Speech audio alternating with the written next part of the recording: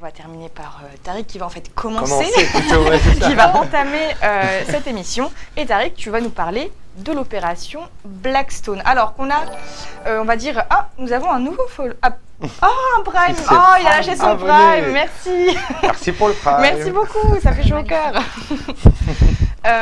Donc je disais l'opération Blackstone qu'on a survolé rapidement. On ne savait pas encore que ça s'appelait l'opération Blackstone avec Firouzeh Nahavandi qu'on avait invité dans une précédente émission. Et toi, cette fois-ci, tu as choisi de revenir avec plus en détail sur justement, sur les moyens utilisés par la Belgique.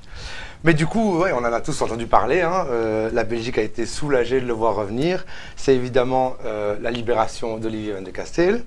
Mais ici, je vais surtout vous parler du cadre juridique du coup utilisé par la Belgique. Bon, dans cette affaire, il y a quand même du terrorisme, des prisonniers en otage, de l'espionnage, bref. La réalité, souvent, dépasse la fiction. Mais tout d'abord, un petit rappel des faits s'impose, je pense. Olivier Van de Kasteel, c'est un travailleur humanitaire tournésien de 42 ans. Il a travaillé au Mali, il a travaillé en Afghanistan et il a fini avec 6 années en Iran, où son dernier contrat avec une ONG, c'était fini en 2021. À ce moment-là, il est revenu en Belgique parce qu'il ne trouvait plus d'emploi sur place, alors qu'il voulait continuer, mais il n'en trouvait plus. Mais en février 2022, il s'est rendu de nouveau en Iran, probablement pour récupérer des affaires. Bon, ça, il a pris un visa touristique, donc on n'en saura pas plus. C'est à ce moment-là qu'il est arrêté, 4 jours après son arrivée sur le territoire iranien, le 24 février 2022, jour de l'invasion de l'Ukraine par les Russes d'ailleurs. Comme ça vous rappelle le moment. Alors qu'il aurait pu l'arrêter à l'aéroport déjà, mais on a attendu 4 jours avant de l'arrêter. On ne sait pas, c'est obscur. Les raisons de son arrestation sont obscures.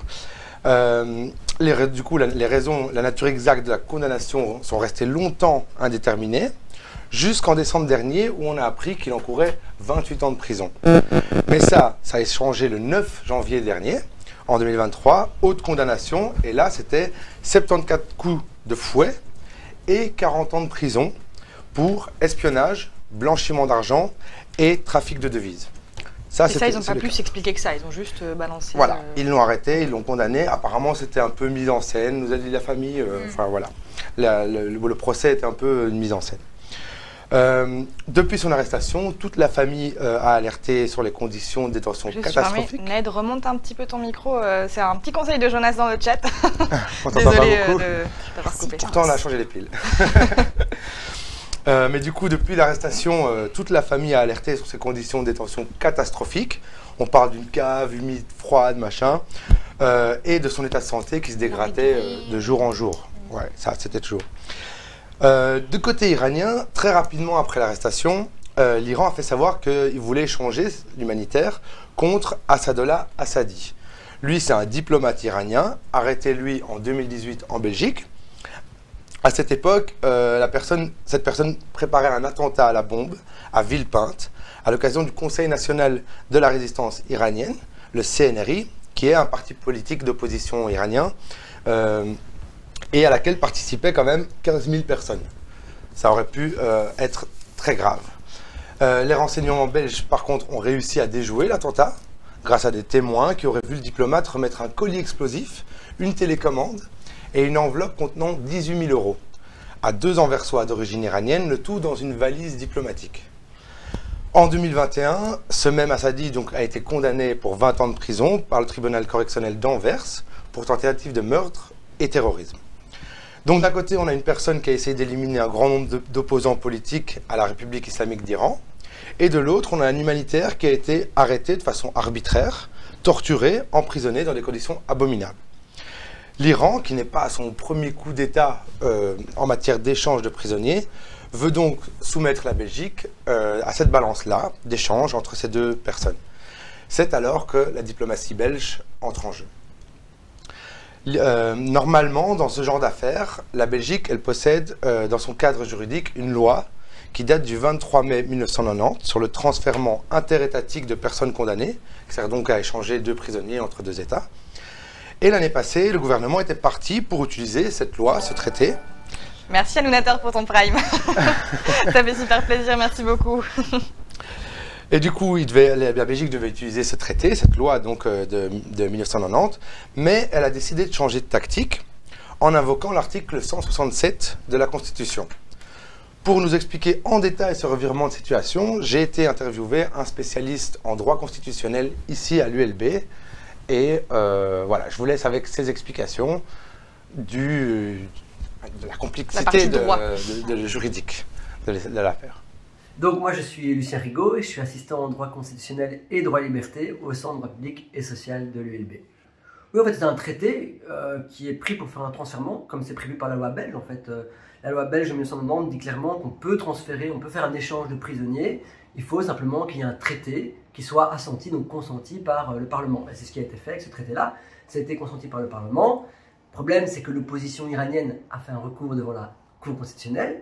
La Cour constitutionnelle a dit « Ok, c'est valable, c'est légal, mais juste au moment où vous faites le transfèrement, l'arrêté qui prévoit ce transfèrement-là, il faut laisser la possibilité à ceux qui voudraient faire un recours, qui ont intérêt à faire un recours, de le faire devant le tribunal de première instance. » Ça n'a pas pu être fait. Pour quelle raison?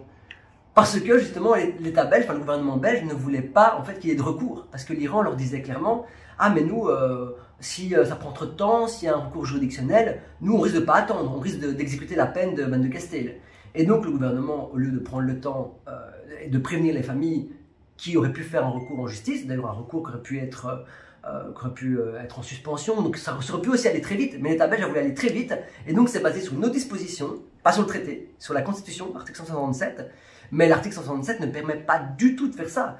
L'article 167 dit que le gouvernement dirige les affaires internationales.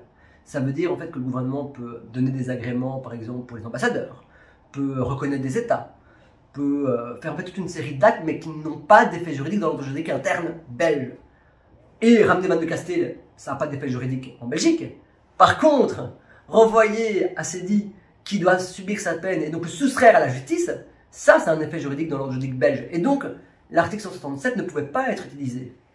Et donc c'est ça qui est problématique dans cette histoire? Ouais, c'est exactement ça. C'est qu'en fait, on a une violation de la Constitution, on a une violation de la loi, parce que l'arrêté, en fait, l'arrêté, c'est un acte administratif qui doit respecter la loi. Pris par les représentants élus démocratiquement, qui doit respecter la Constitution, qui doit respecter les dispositions de droit international. Et en fait, l'arrêté ne respecte rien de tout ça. Il a juste essayé en fait, d'aller le plus vite possible. Alors, c'est pas à moi de juger de l'opportunité de le faire ou pas et de violer l'état de droit, mais toujours est-il que la Constitution et des textes qui sont au-dessus de la Constitution ont été violés. Et est-ce qu'il y avait une autre manière, une autre disposition légale pour le faire? Oui, simplement appliquer le traité. Mais ça impliquait que les opposants iraniens puissent faire un recours devant le tribunal de première instance et que ça prenne un peu plus de temps, le temps effectivement que le tribunal se prononce sur cette question-là. Avec le risque, bien entendu, que le tribunal dise « Ah non, c'est pas légal ». C'est un risque effectivement et c'est peut-être une des raisons pour lesquelles l'État a voulu agir très rapidement, non seulement pour le temps, mais aussi pour éviter ce risque-là. Et comment on est arrivé au fait d'avoir du coup des Européens qui ont été libérés en plus de Van de Castell? Alors là, ça fait vraiment, c'est assez nébuleux. Ça, c'est un peu l'État qui négocie et on ne saura certainement jamais rien là-dessus. On ne sait pas d'ailleurs si c'est vraiment l'État belge qui a fait ou pas.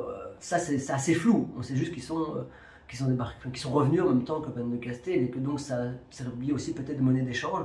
On ne sait pas dans quelle mesure. Peut-être que la Belgique ou d'autres États ont fait aussi des compromis pour ça, mais on n'en est pas au courant, en tout cas pour le moment. Du coup, faut quand même dire que ça ne remet pas du tout en cause la libération d'Olivier Van Castell, mais c'est plutôt une manière d'interroger les possibilités juridiques qui sont à disposition de la Belgique quand une telle affaire se passe, quoi. Ceci étant dit, la Belgique pouvait faire un simple échange de prisonniers, mais la Belgique ne voulait pas que cet échange soit connu du grand public. Et du coup, ils voulaient que le transfert se fasse le plus rapidement possible. Donc il y a deux choses. Ils voulaient que ce soit le plus rapidement possible et que ce ne soit pas moins médiatisé. Ce qui n'aurait probablement pas été le cas. La justice belge est très lente pour ce genre d'affaires et du coup l'Iran aurait pu mettre à mal la sécurité d'Olivier Van de Castell là-bas, surtout dans cette détention. Et c'est à ce moment-là du coup que débute l'opération Blackstone. Donc en faisant appel à l'article 167 de la Constitution, sauf que cet article, il permet juste de bypasser le vote du Parlement. Ça veut dire quoi, bypasser? Donc, ouais, en fait, en utilisant la Constitution, ça dit que le roi, c'est ce qu'il a expliqué dans la vidéo, mais en gros, que le roi avait main mise sur les affaires étrangères, et donc, on ne devait pas passer par un vote au Parlement. On peut contourner ça, quoi. Voilà. On peut contourner. Il existe un autre chemin, quoi. C'est un autre chemin. Ah ouais? passe. Ah Ok, je oui, connaissais pas. oui, c'est ça. C'est faire passer au travers. Ok. Voilà. Sauf que cet article, voilà, il bypass le vote du Parlement et il permet d'aller plus vite dans l'échange de prisonniers, bien sûr. Et c'est là toute la question. Opération qui n'est en fait malheureusement qu'un jeu de qui cédera le plus vite entre deux nations, voilà. Oui, c'est ça. Tendu. Je te propose de libérer un tel, oui, non, lui plus, machin. Et des négociations. Après, globalement, de ce qu'on a vu, l'Iran a quand même eu à chaque fois la mainmise. Eh ben, c'est justement parce qu'il y a un pays qui est soumis à des traités européens et internationaux et l'Iran ne l'est pas. Voilà, lui, il joue un peu avec le feu, quoi.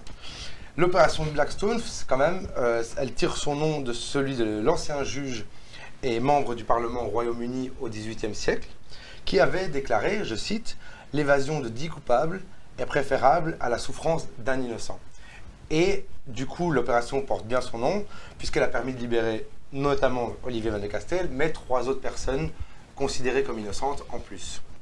Il y a Président Jos qui parle du fait de bypasser la loi et dit un petit 49.3 à la belge. C'est un peu ça. Hein. Je l'ai vu, sauf que le 49.3, là, le gouvernement est, comment on dit engagé. Alors que là, le gouvernement n'est pas engagé et ne peut pas, même si ça se passe, voilà, il peut le faire et voilà, il ne sautera pas après coup, quoi. C'est ça la différence avec le 49.3. Ouais. Mais c'est un peu, il y a une similitude. Du coup, l'opération Blackstone, donc ce sont les services de renseignement belges qui ont obtenu cet accord. On ne saura pas probablement jamais ce qui s'est dit pendant la négociation. Enfin, ça, c'est des trucs. C'est secret. Enfin, ça, c'est clair. Secret d'État. Ce que l'on sait, par contre, c'est que plusieurs pistes ont été testées, notamment celle d'un professeur suédo-iranien qui travaillait à la VUB, qui était enfermé à Téhéran. Mais pour l'Iran, la libération de cet otage ne pouvait pas se faire, et ça, c'est pour des raisons inconnues aussi. Ils ont toujours dit, celui-là, on le garde. On ne sait pas pourquoi. Pour d'autres négociations. Oui, sûrement. Peut-être. Voilà. Ils ont d'autres intérêts en tête. Les 3 personnes transférées européennes donc, qui avaient été arrêtées en 2016, 2019 et 2020, il y avait un homme d'affaires autrichien, irano-autrichien, voilà, qui avait été arrêté pour avoir travaillé avec des États hostiles à l'Iran. Le deuxième était un ressortissant autrichien, lui d'origine iranienne aussi, accusé d'espionnage au profit d'Israël et de l'Allemagne. Le troisième, c'était un Danois qui lui avait été arrêté lors d'une manifestation pour le droit des femmes en Iran. Bref, on n'en sait pas beaucoup plus sur eux, mais leur libération, quand même, des 3, marque la fin de l'opération Blackstone, qui s'est déroulée en 2 étapes. Donc d'abord la libération d'Olivier Van de Castel, et puis une semaine plus tard, des 3 Européens. À noter quand même que de ce qu'on sait, c'est que c'est la première fois qu'un pays européen permet de libérer des otages pour le compte d'un autre pays européen. J'allais dire, est-ce qu'on sait par exemple si le gouvernement autrichien était impliqué dans les négociations avec l'État belge, ou on ne sait pas ça? Apparemment, les négociations, c'est uniquement la Belgique qui les a tenues. Mais on ne sait jamais. Mais c'est des trucs qu'on ne sait pas en fait. Oui, on ne sait pas. Okay. Ben oui, c'est des trucs qui se passent entre dirigeants et entre diplomates. Donc on ne sait pas vraiment les tenants et aboutissants de ce genre de... Après, je suppose que l'État autrichien était quand même mis au courant que... En tout cas, le président a réagi en disant merci à la Belgique, il a remercié la Belgique, etc. Au final, on peut se réjouir de la libération de ces 4 Européens contre un seul Iranien, mais c'est quand même à prendre avec des pincettes, tant les États restent traditionnellement muets, justement, quand il s'agit de transfert de prisonniers. Et on peut y voir aussi un assouplissement de l'État iranien vis-à-vis des Européens, puisque en plus de ces 4 libérations, 2 otages français avaient été libérés aussi dans le courant du mois de mai. Par contre, on ne sait pas comment ça va évoluer et pendant combien de temps ils vont assouplir un peu ces libérations d'otages. Au total, il y a quand même, faut quand même le dire, qu'il y a encore entre une vingtaine et une trentaine d'Européens encore, selon les sources, ça dépend des sources, dans la même situation. Et selon les autorités belges, il resterait 24 après la libération de ces 4 Européens après la libération de Blackstone. Bon, c'est un succès de la diplomatie belge.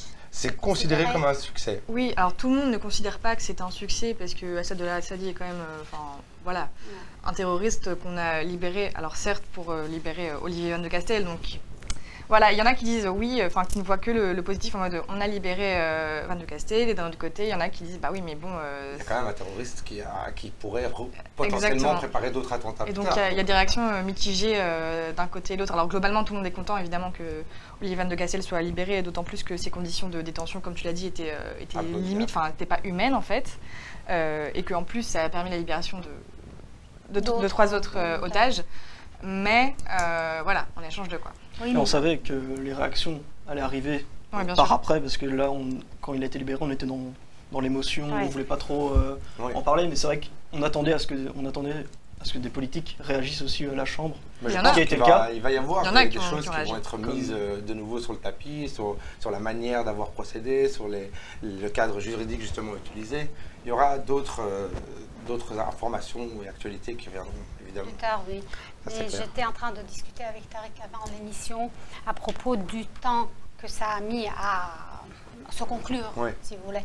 Et au fait, je ne sais pas, bon, j'ai un peu regardé, par exemple, plusieurs cas d'échange entre les pays. Par exemple, décembre 2022, Washington et Russie échangent Victor Bunt, qui est marchand d'armes, qui était condamné en 2012, contre Brittany Griner, qui est basketteuse détenue en Russie pour cannabis, condamnée en 2012 pour 25 ans. Donc là, ça prend vraiment, c'était rapide par rapport à d'autres cas.